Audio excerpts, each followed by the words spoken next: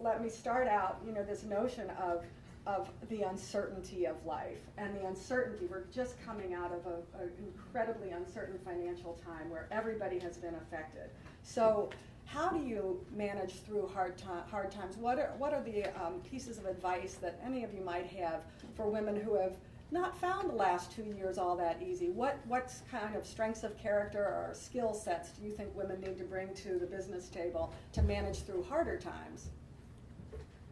Anyone want to jump into that? I'll, just because you said something that made me think I would like to answer, which is the last 2 years have probably been the hardest time for me in my entire career. It's been a challenge to keep employees motivated, to keep the business running, and to keep myself excited and moving forward every day, not just myself, but my entire team. So one of the things that helped me get through that tough time, obviously, is, again, really good help, hiring great people and treating them well and involving them in decisions and asking them, being as honest as possible. I think, I don't remember who it was, but, talking earlier about how women tend to not communicate as directly as men, and I find that to be very true, and it's something that I push myself to do every day. So being honest and straightforward and speaking with lots of people, finding those mentors, asking women, hey, will you meet me for lunch?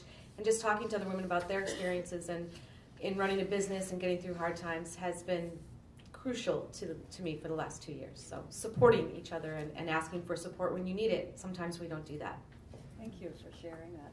Nothing more uncertain than financial matters. Sure. Dune, do you want to comment on that? This has been a very difficult 3 years, I'd say now, to be in the financial services industry. And I work with families and I manage money for families.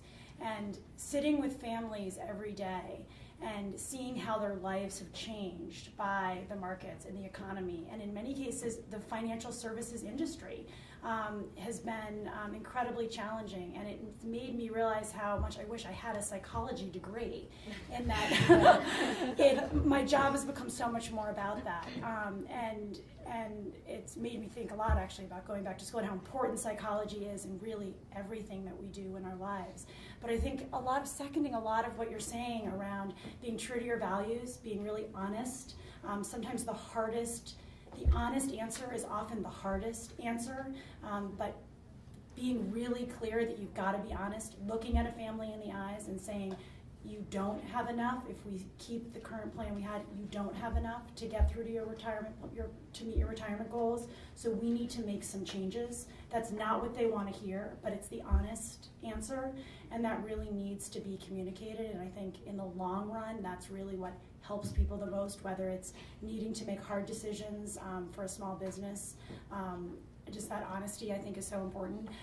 One of the pieces that I got really clear about in my circle of female friends that were all making hard decisions in the last few years was really being clear about the difference between a career and a job, and that many jobs had to change in the past few years, but careers could still be on track. And so to be clear about the difference, you may have to take a step down in your job or morph a business because of what's happening in the economy, but be really clear about what you want your long-term career to be, because a job change can still keep you on track for that long-term career. So I think some of those decisions with the longer-term view can be really helpful in sort of a shorter-term hard time.